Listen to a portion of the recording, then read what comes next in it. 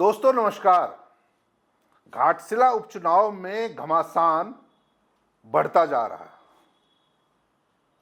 मुख्यमंत्री हेमंत सोरेन के बाद जिस तरीके से जयराम महतो की एंट्री घाटशिला में हुई है, लोगों का हुजूम उनके स्वागत और उनकी सभाओं में उमड़ने लगा है। उनको सुनने के लिए युवाओं की भीड़ इकट्ठी हो रही है।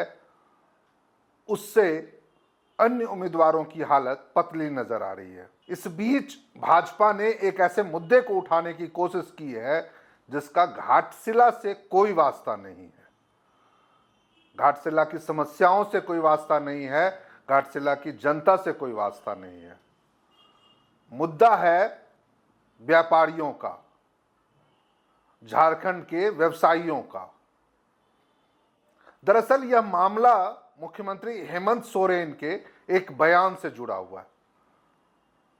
मुख्यमंत्री हेमंत सोरेन बीते दिनों चुनाव प्रचार करने को लेकर जब घाटशिला के मुसाबनी पहुंचे थे तो मंच से अपने संबोधन में उन्होंने अपने विपक्षियों पर, खासकर भाजपा पर, बिना उसका नाम लिए उन्होंने एक बयान दिया था। बयान यह था जिसमें वह मौके पर मौजूद लोगों से यह कहते हुए नजर आए, जो सामने वाली पार्टियों से या विपक्षियों पार्टियों से आप सब लोग सावधान रहिएगा, क्योंकि यह व्यापारियों की जमात है, व्यवसायियों की जमात है। क्या कुछ यह बयान था, आइए पहले आप वो बयान सुनिए और उसके बाद हम आपको बताते हैं जो भाजपा की आपत्ति या वह ऐसा क्यों कह रही है जो मुख्यमंत्री हेमंत सोरेन को इसके लिए माफी मांगना चाहिए। पहले आप ये बयान सुनिए। इसलिए साथियों, आज ये चुनावी सभा है, बहुत कुछ कहने की आवश्यकता नहीं है। आप सबको पता है कि झारखंड मुक्ति मोर्चा का कर्तव्य और हम लोगों का दायित्व क्या है। ये व्यापारियों का पार्टी नहीं है, व्यापारियों का जमात नहीं है। ये आदिवासी, दलित, पिछड़ा, गुरबा, किसान, मजदूर, यहां के मूलवासियों का ये पार्टी है। और एक तरफ व्यापारियों का जमात और दूसरा तरफ गरीब, गुरबा, आदिवासी, मूलवासी। यही लड़ाई पूरा देश में चल रहा है।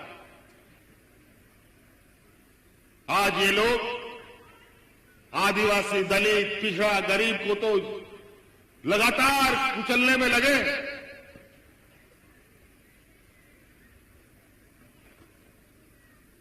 ये व्यापारी लोग देता नहीं है, ये लोग लेने वाला लोग है। जब उसको जरूरत पड़ेगा आपका पैर पकड़ लेगा, लेकिन जब उसका काम निकल जाएगा तो सीधा गर्दन पकड़ लेगा। इसीलिए ध्यान रखिएगा, यहां बहुत लोग। साथियों, आपने यह बयान सुना। यह बयान मुख्यमंत्री हेमंत सोरेन का किस दृष्टिकोण से आपत्तिजनक या अपमानजनक है, यह तो भाजपा वाले जाने, क्योंकि भाजपा के कार्यकारी अध्यक्ष और राज्यसभा सांसद आतित्य साहू ने एक प्रेस विज्ञप्ति जारी करके यह मांग की है जो मुख्यमंत्री हेमंत सोरेन को अपने इस बयान के लिए राज्य के सभी व्यवसायियों, व्यापारियों से माफी मांगनी चाहिए, क्योंकि यह बयान बेहद आपत्तिजनक, अपमानजनक है और निंदनीय है। उस प्रेस रिलीज में आदित्य साहू कहते हैं जो झारखंड के व्यवसायी हमेशा झारखंड के लिए, झारखंड की जनता के लिए, झारखंड के मुद्दों पर या झारखंड के जरूरत पड़ने पर तमाम उन समयों में खड़े मिले हैं, यहाँ की जनता के साथ खड़े मिले हैं जब जब व्यापारियों को, व्यवसायियों को अपने सामाजिक सरोकार के तहत खड़ा होना चाहिए। खासतौर पर वह चर्चा करते हैं कोरोना काल की। वह कहते हैं जो कोरोना काल में जब सरकार खामोशी से इस मुद्दे की या इस मामले की, इस समय की अनदेखी कर रही थी, तो उस समय कैसे झारखंड के व्यवसायी व्यापारी लगातार जनता के बीच में उनकी हर सुख सुविधा के लिए, उनकी हर सुविधा के लिए, हर मदद के लिए तैयार नजर आते हैं। जिन बातों को आदित्य साहू ने अपने प्रेस रिलीज में रखा है, उसका संक्षिप्त या प्रमुख अंश मैं आपको पढ़ के सुनाता हूं। आदित्य साहू कहते हैं, जो हेमंत सोरेन जी को या किसने अधिकार दिया कि वह झारखंड के मेहनती, ईमानदार और समाजसेवी व्यापारियों को बार बार गालियां दे और उनका अपमान करे। मुख्यमंत्री का यह बयान व्यापारी पहले पैर पकड़ते हैं और बाद में गर्दन पकड़ते हैं, पूरे व्यवसायी समाज का अपमान है या सत्ता के अहंकार से भरा हुआ वक्तव्य है। आगे उन्होंने कहा, जो झारखंड के व्यापारी वर्ग ने हमेशा समाज की सेवा की है, चाहे कोरोना काल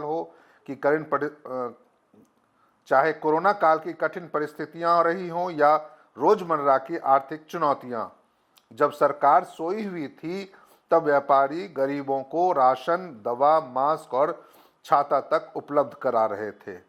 ऐसे सेवा भावी वर्ग के प्रति इस तरह की भाषा का प्रयोग बेहद शर्मनाक है। आदित्य साहू ने कहा कि हेमंत सोरेन जी को व्यापारी समाज से तुरंत माफी मांगनी चाहिए। उन्होंने चेतावनी दी कि यदि माफी नहीं मांगी गई तो झारखंड के व्यापारी वर्ग सड़कों पर उतरकर आंदोलन करने को बाध्य होंगे।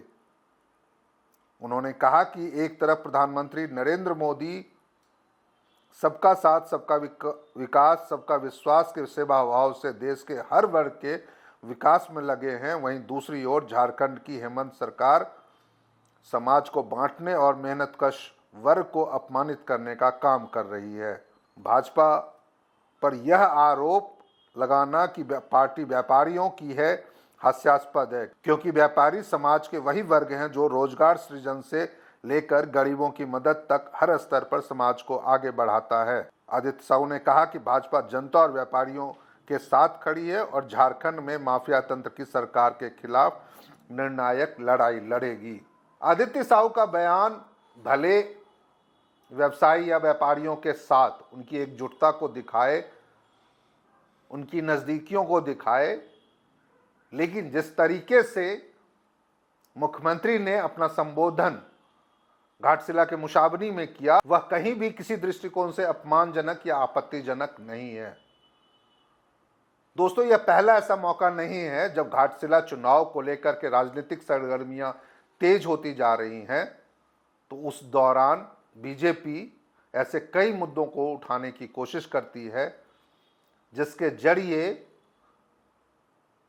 वोटों को अपने पक्ष में या उसके जरिए वोटों के ध्रुवीकरण की कोशिश अपने स्तर से हो। आपको याद होगा कि कैसे पिछले दिनों जब चाईबासा में नो एंट्री के एक विवाद को लेकर के स्थानीय लोगों पर जो प्रदर्शन कर रहे थे, स्थानीय विधायक सह मंत्री दीपक बिरुआ के आवास के बाहर उनके ऊपर लाठीचार्ज होता और उसके बाद बीजेपी ने या भाजपा ने इस मुद्दे को हवा दे करके न पहले झारखंड के कोल्हान में बंद बुलाया था, बल्कि बाद में इसके खिलाफ कई आरोप भी सरकार पर लगाए थे। हालांकि यह मुद्दा भी घाटशिला उपचुनाव से जुड़ा हुआ नहीं था। यही वजह है जो उस बंद को उनका समर्थन भी नहीं मिला था। आदिवासियों से जुड़े कई मुद्दे बीजेपी लगातार उठाती रही है ताकि घाटशिला उपचुनाव में वोटों की गोलबंदी हो सके, आदिवासी वोटरों के बीच में वह सेंध लगा सके। इस मुद्दे के जरिए भी एक बार फिर से भाजपा ने अपने परंपरागत वैसे वोटरों को साधने की कोशिश की है जो व्यवसायी वर्ग से ताल्लुक रखते हैं, व्यवसायी वर्ग से आते हैं, या जो चेहरा कथित तौर पर कहा जाता है जो भाजपा व्यवसायियों के हितों को संरक्षित करती है, उसका इससे अर्थ निकलता है। भाजपा के आरोपों पर अब तक जेएमएम की ओर से कोई प्रतिक्रिया सामने नहीं आई है, लेकिन यह देखना दिलचस्प होगा जो आने वाले दिनों में जब चुनाव के दौरान मुख्यमंत्री हेमंत सोरेन घाटशिला उपचुनाव में नजर आएंगे तो वह बीजेपी के इन आरोपों पर या इन बातों पर, इन बयानों पर क्या जवाब देते हैं, या पार्टी के दूसरे नेता बीजेपी के इन दावों पर क्या जवाब देती है। यह वीडियो आपको कैसा लगा कमेंट बॉक्स में करके ज़रूर हमें बताएंगे। साथ ही साथ आप इस वीडियो को लाइक करें, सब्सक्राइब करें, शेयर करें, और यदि इस प्लेटफॉर्म पे आप नए हैं तो सब्सक्राइब करके चैनल को ज्वाइन भी कर सकते हैं। मैं हूं शैलेंद्र और आप देख रहे थे जीटी रोड लाइव। जय हिंद, जय भारत, नमस्कार।